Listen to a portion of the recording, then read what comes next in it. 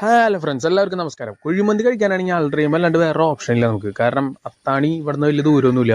അപ്പോൾ എല്ലാ തവണയും നമ്മൾ കുഴിമന്തി എന്നുള്ളൊരു പ്ലാൻ ഇട്ട് കഴിഞ്ഞാൽ അപ്പോൾ ഓടി പോണത് അൾഡ്രീമിക്കാണ്, അത്താണി അൾഡ്രീമിക്ക്.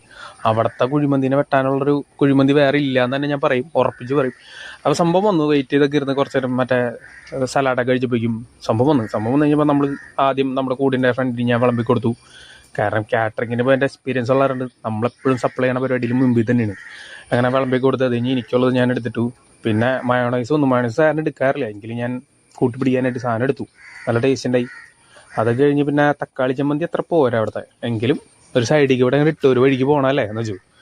അങ്ങനെ സാധനം എടുത്ത് അടിച്ച് സെറ്റായിട്ട്. പിന്നെ എല്ലാവരും ഈ ഡ്രിങ്ക് കുടിക്കുന്ന പരിപാടി ഉണ്ട് അതിൻ്റെ ഒപ്പം, ഈ കൊക്കക്കോള അങ്ങനത്തെ സാധനങ്ങളൊക്കെ, അതൊക്കെ മാക്സിമം ഒഴിവാക്കുക. അതിൻ്റെ ആവശ്യമൊന്നുമില്ല ശരിക്കും, അതൊരു അൺഹെൽത്തി സാധനമാണ്.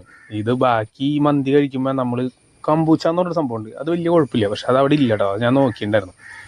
അൽഡ്രീമിൽ തന്നെ ഒരു സ്പെഷ്യൽ സംഗതി ഉണ്ട്, അതായത് നമ്മുടെ മട്ടൻ മന്തി പക്ഷേ ബുക്ക് ചെയ്ത് കഴിഞ്ഞാൽ ചെന്നാലാണ് നമുക്ക് കിട്ടുള്ളൂ. ഞാൻ അവിടെ 2-3 തവണ പോയിട്ട് ചോദിക്കണേ, അപ്പോൾ അവരില്ല എന്ന് പറയും. പക്ഷേ സാധനം അടിപൊളിയാന്ന് കുറേ ഫ്രണ്ട്സിൻ്റെ അടുത്ത് പറഞ്ഞിട്ടുണ്ട്. പക്ഷേ ഞാനിപ്പം ഇന്ന് ചോദിച്ചപ്പോഴാണ് പറഞ്ഞത് സാധനം ബുക്ക് ചെയ്തിട്ട് ചെന്നാൽ കിട്ടും.